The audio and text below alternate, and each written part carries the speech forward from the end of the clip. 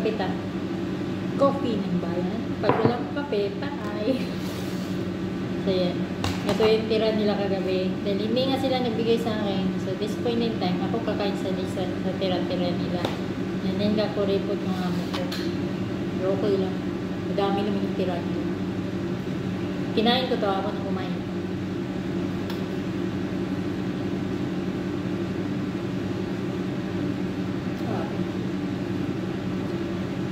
So, ayun. Kasi kuripot talaga yung amo ko. Ano lang, wither lang yan magbigay. Pag hindi ako nagluto, mag-order yan sa labas. Tapos,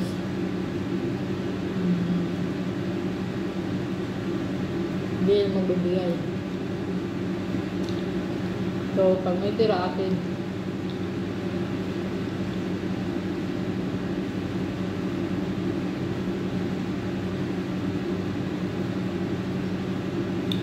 Wednesday na pala bukas.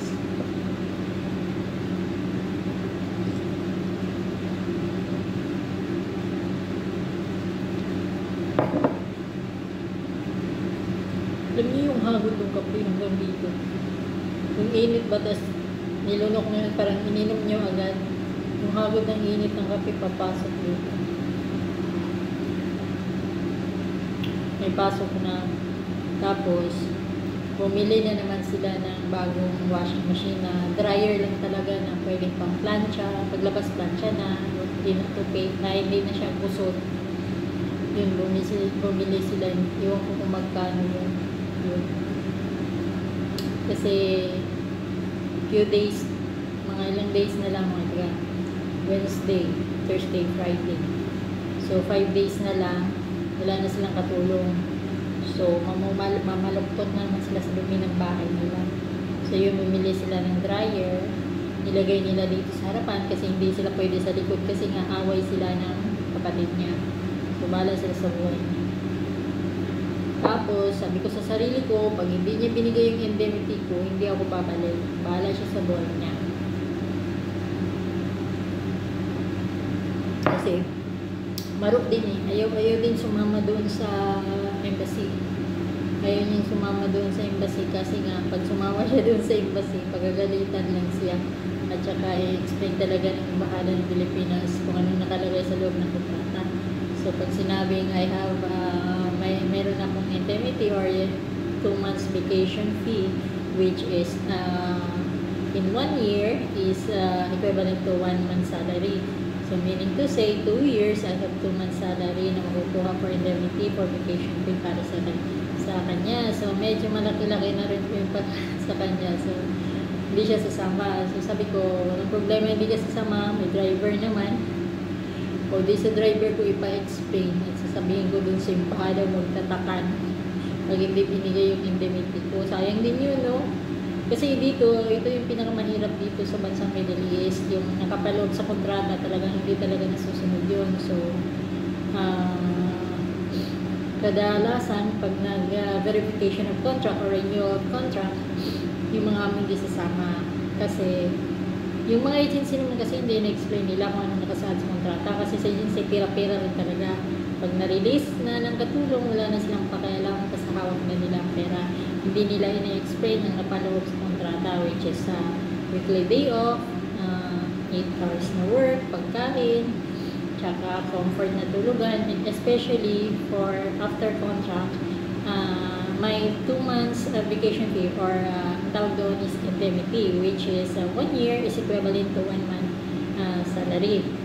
Yun yung matatanggap. Kaso dito sa bansang Middle East, hindi yan ang tinatanggap. Unlike na lang at i-explain talaga ng embahada, may ibang mga amo talaga na sumusunod doon sa nakasaad sa kontrata, talagang susundin nila. But in my case, kasi nga, sasama sa akin is yung driver by Thursday.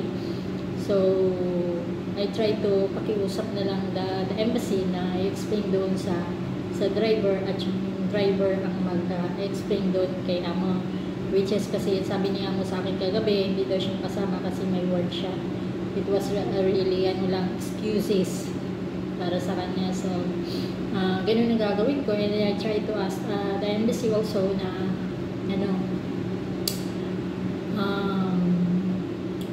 pursige siyang magbigay sa akin is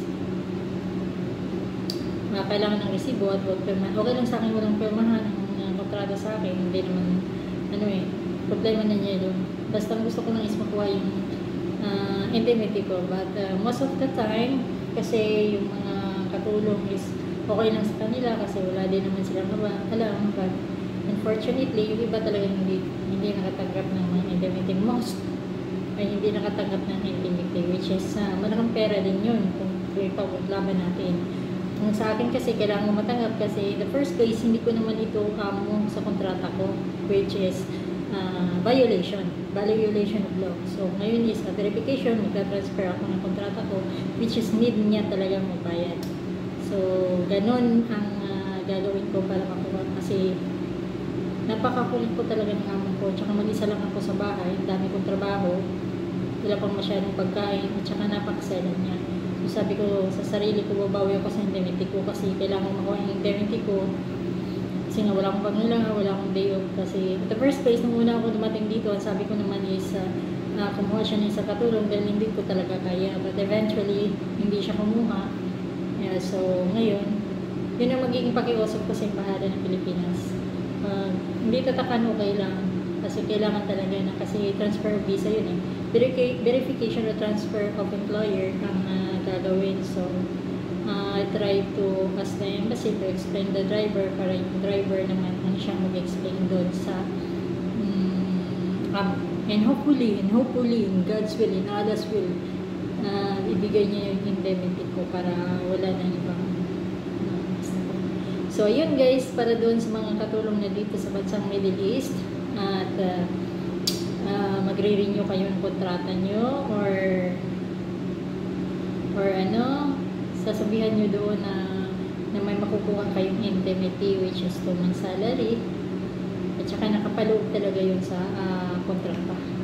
Or kung maaari, pag nag-renew kayo, isasama nyo yung amo nyo para yung embassy mismo, mga personal ng embassy ng Philippine Embassy will explain to your employer na mga benepisyo na makukuha ninyo sa panakapaloob sa kontrata ninyo na 2 years. So, yun guys, talagang ang bansang Middle East, hindi talaga sumusunod sa mga kontrata na nakapaloob, which is, actually, nakasign naman sila at nakasign ka din as employer at saka employee. You are both signing the contract, which meaning to say, the embassy is just only sila yung namamagitan at sila ang nagpapa-implement ng batas na talagang matatanggap mo yun. So, ganun yung gagawin ko and hopefully ibigay. Kasi nga, pero sa akin naman, hindi bigay, hindi ko na ako babalik. Ganun naman yun. So, yun guys. Pag alam nyo yung nakapaloob sa kontrata nyo, i-explain nyo sa amo nyo, at pag hindi nag-explain, tumawag kayo sa Embahada ng Pilipinas. At ang Embahada ng Pilipinas, ang siya mag-explain sa mga employer. So, okay, yun guys. Thank you for watching my video. Bye-bye. Maraming salamat.